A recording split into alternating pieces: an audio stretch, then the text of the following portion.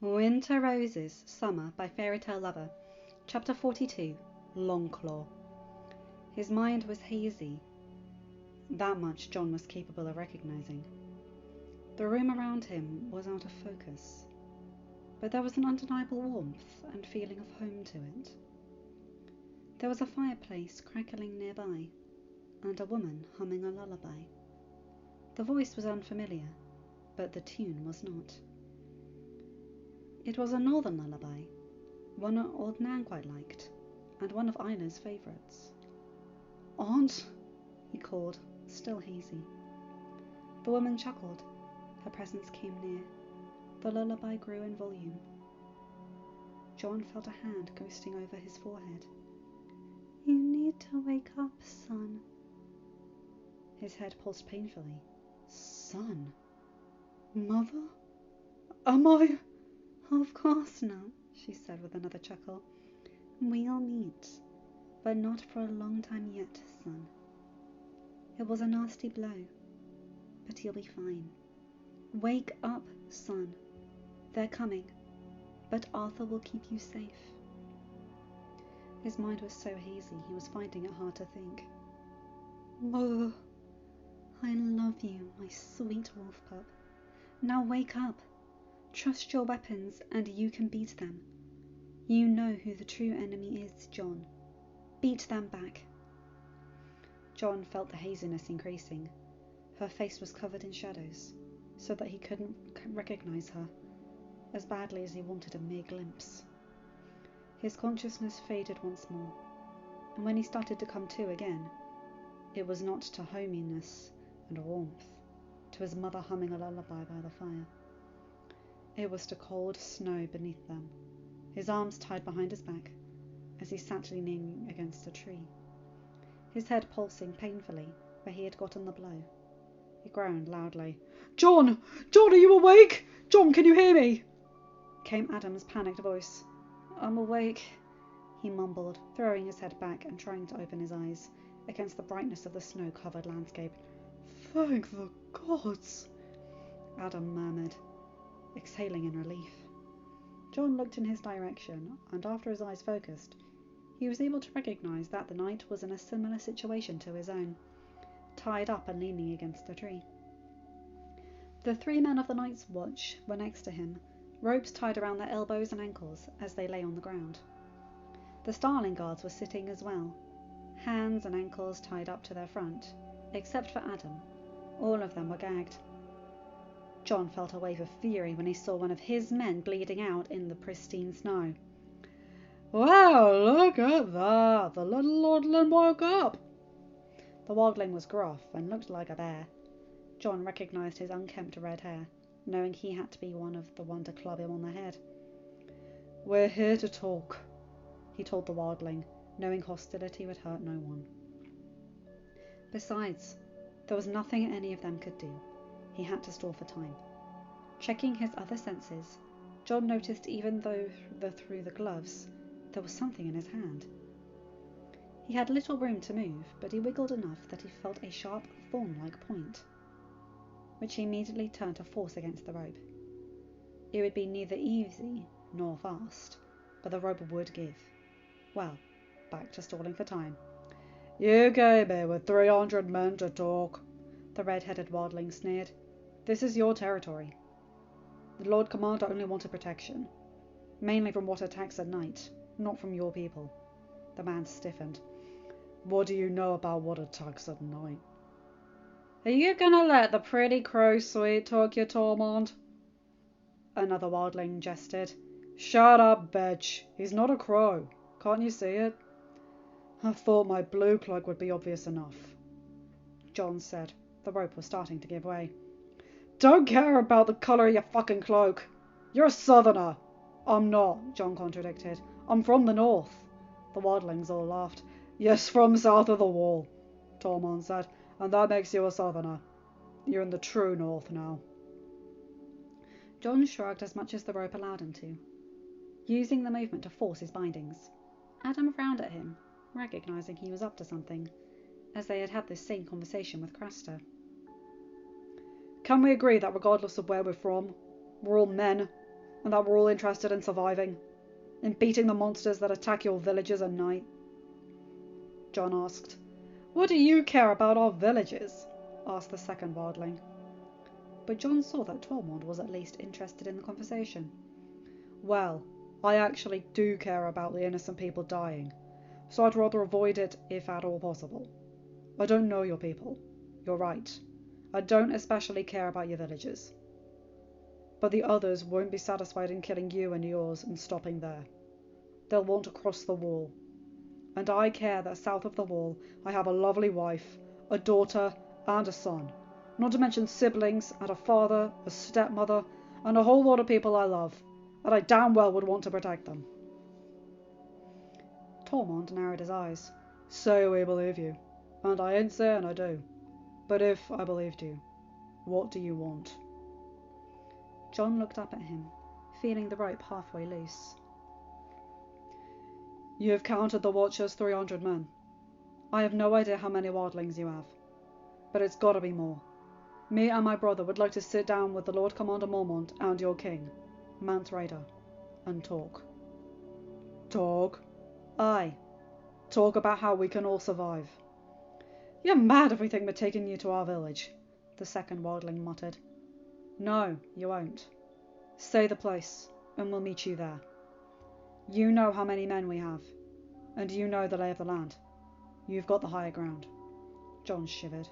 The sun had just set, but it suddenly was much colder than he anticipated. I don't feel like listening to your blab any. Shut up, Oral! Tormund snapped, clutching an axe nearby. It's too cold. They're here. Get ready. The wildlings stiffened, all drawing their weapons. Jon doubled the speed of his attack on the rope, looking up as the leads, sitting next to Adam, sagged. He saw the glint of metal, and the guard suddenly moved his arms. Easy, Jon mouthed at him, understanding he was loose. The guard nodded imperceptibly, and moved as slowly and inconspicuously as he could to pass his dagger to Adam.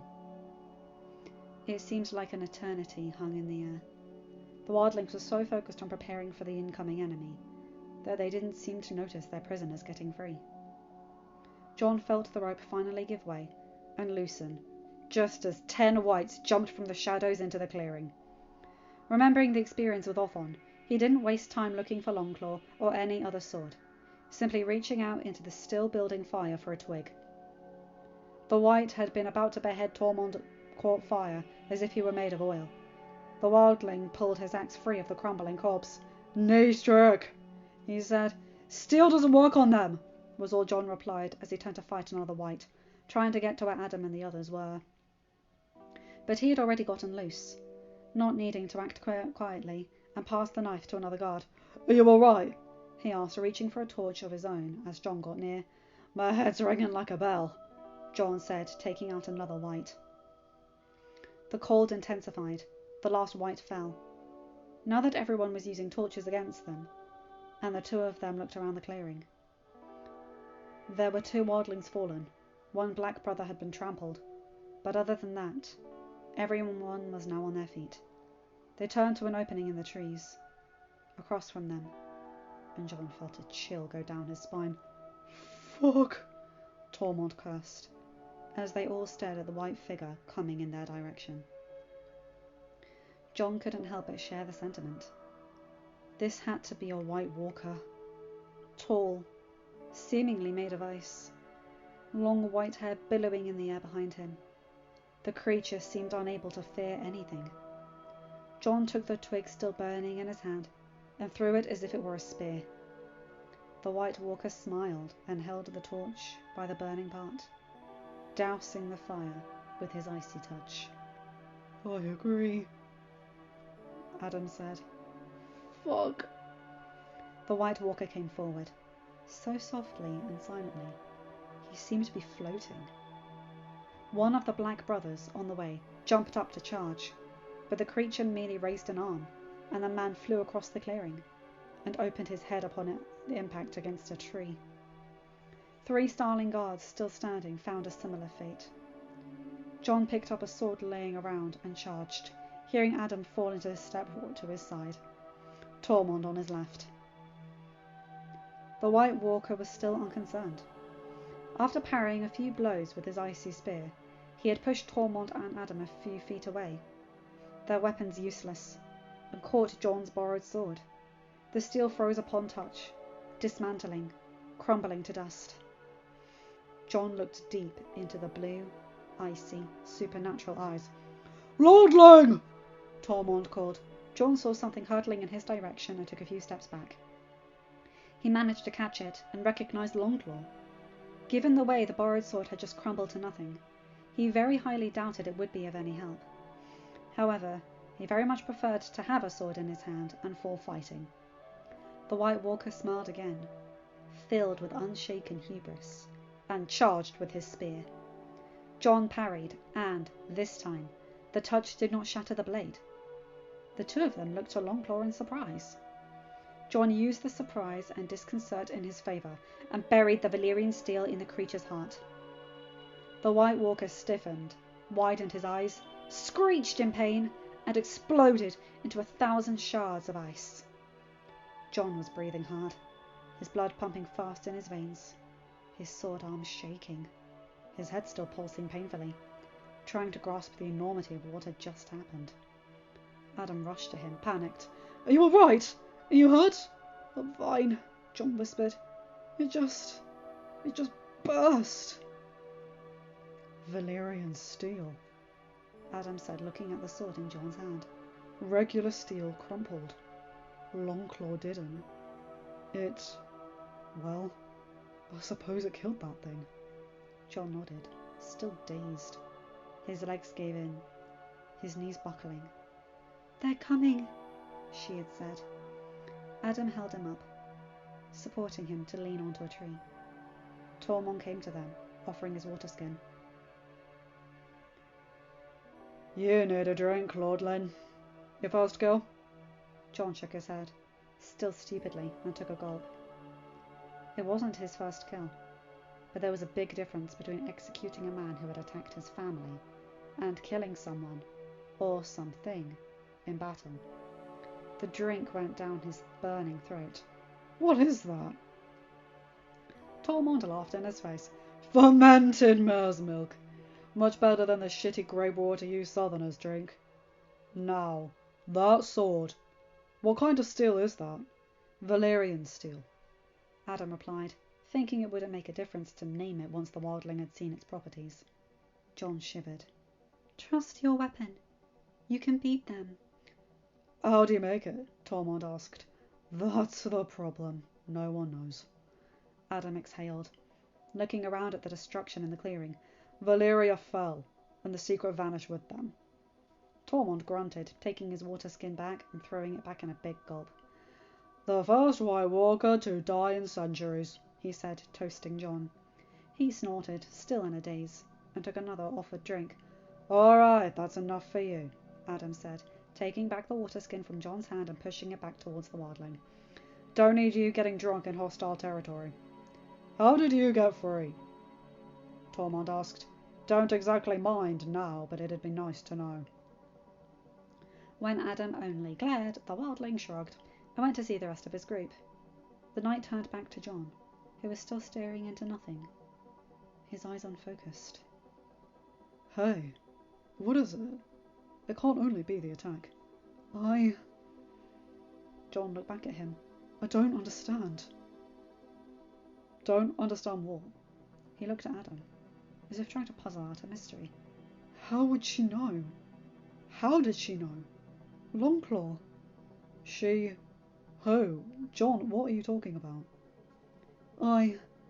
When I was unconscious, I had a dream. Or it was a vision." "A vision?" Adam widened his eyes. Visions were things from Dragonblood.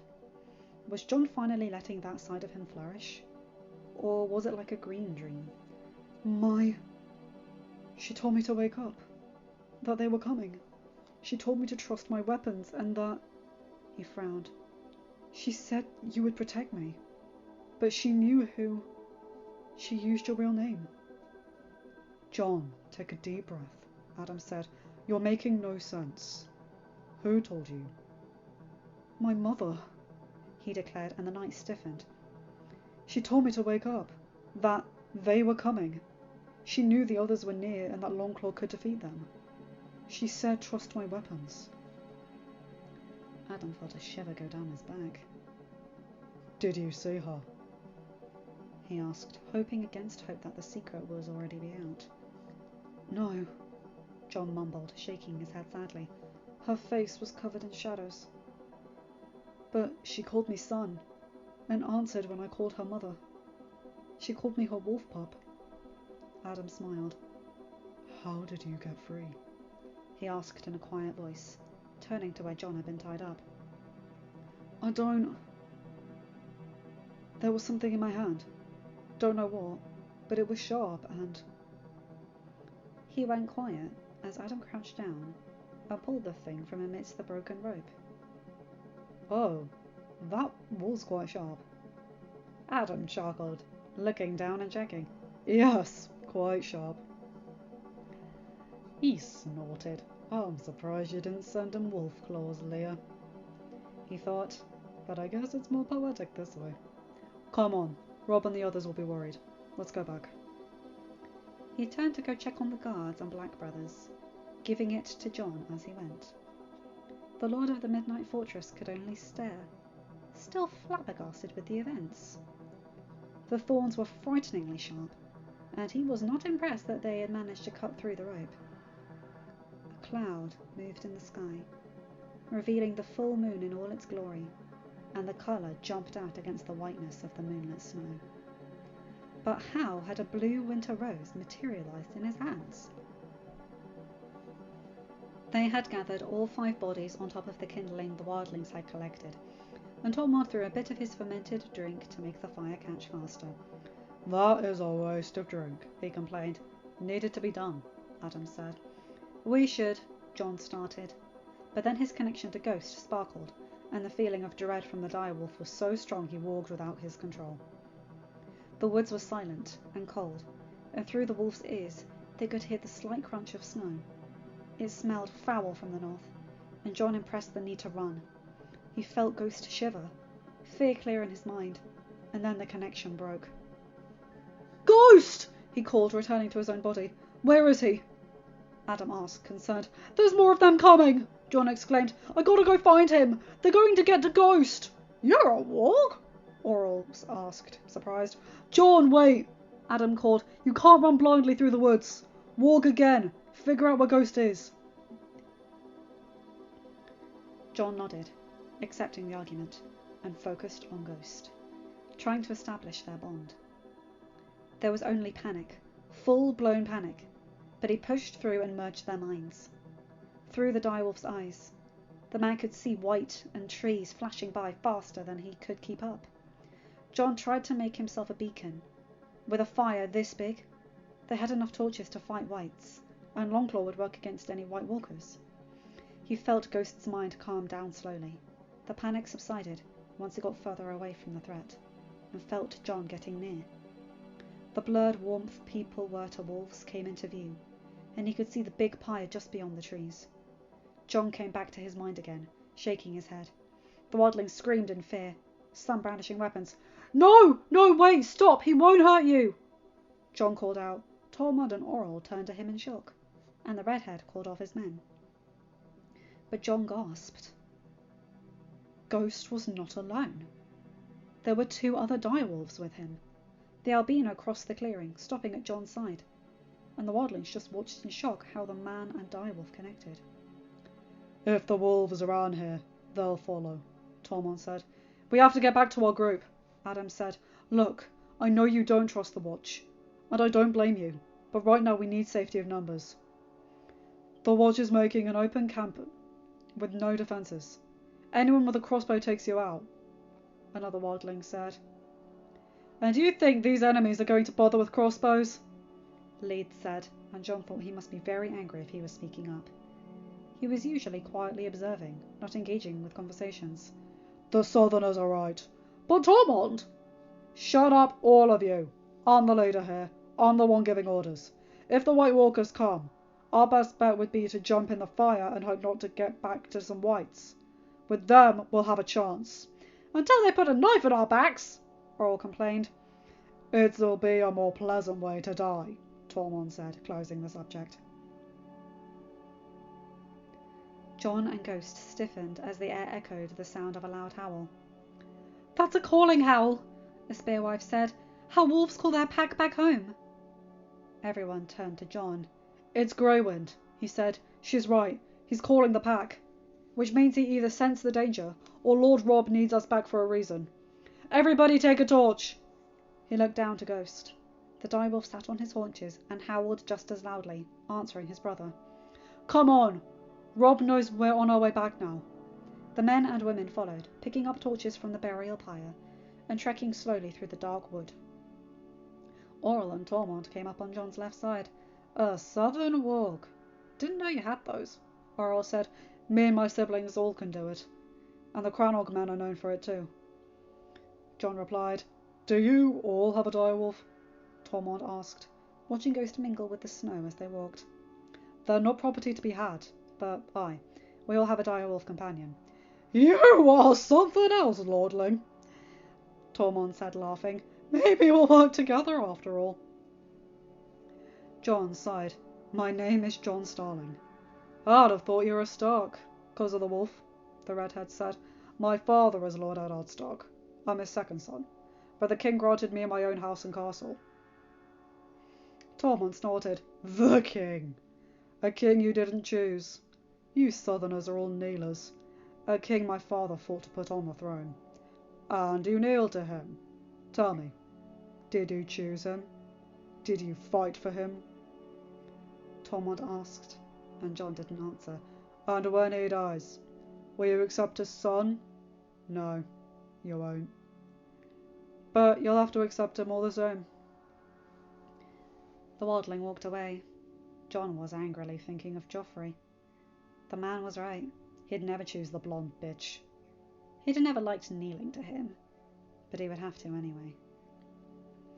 The walk back to camp took over an hour in the dead of night, and the watchmen were very unhappy to see them, though their fire made them visible, and therefore proved they were no threat. Jon sent Lys and the surviving Black Brother to get the Lord Commander.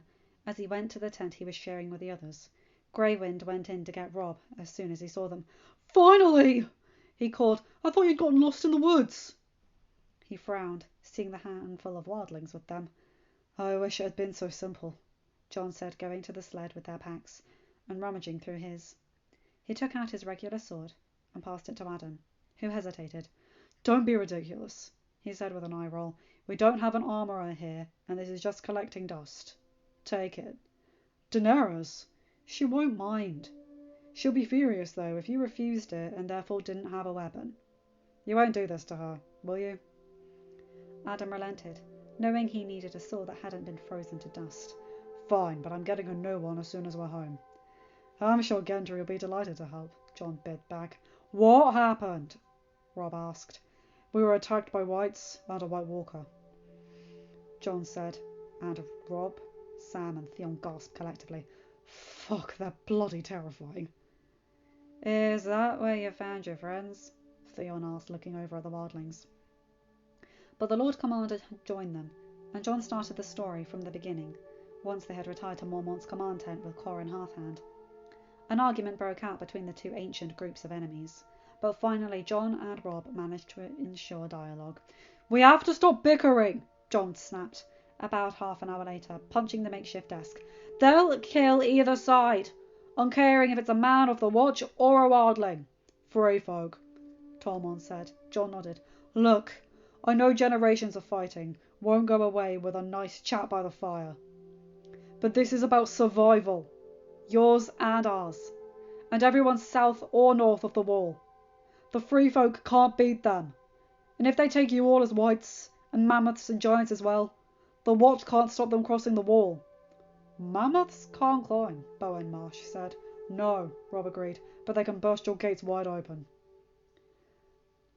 Our gates are thick, cold raw steel, Othel Yarrick boasted. They are. And are you absolutely certain they'll stand against a couple of mammoths and their giant friends? Adam asked. There are several castles in ruins along the wall, Sam pointed out. They've been abandoned for years. Centuries in some cases. They should be easy to go through. The men of the watch glared at him, as if the wildlings needed to know that. This is all irrelevant. Yarrick, Marsh, go tell the perimeter people to spread fires and torches all around. I want every able man with a lit torch in easy reach. Now you, Tormund, you said your man's Raiders lieutenant. Do you have the power to set up a meeting? I have the power to tell you I will talk to Mance, and he won't doubt me. But I can't force him to come to the meeting if he doesn't want to. That's good enough, Mormont muttered, and they went on to settle a meeting place. When the meeting dispersed, Jon attempted to return Longclaw to the Lord Commander. Don't be ridiculous, darling. I've told you why I was giving it to you. I highly doubt Ned Stark never taught his son to be rude to return a gift. Circumstances change, Lord Commander. Valyrian steel may very well be the only way to defeat the walkers. I can't take it further south. Oh, don't worry. After we return to Castle Black, I have no intention of crossing back north. It will serve me no purpose.